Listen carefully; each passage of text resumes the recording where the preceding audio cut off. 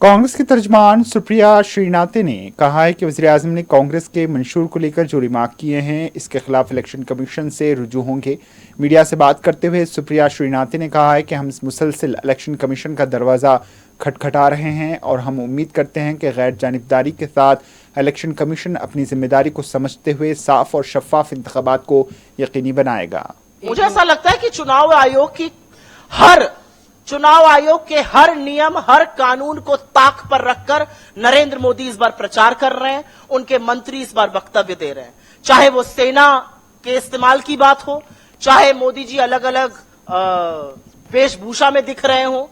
असलियत यह है कि देश की जनता समझ गई है कि राजा जो है वो प्रजा को भटका रहा है। ये प्रजातंत्र है, हम जनता है, हम वोट देकर अपनी सरकार चुनते हैं। हमें भेड़ बकरी समझने की गलती मत कीजिए।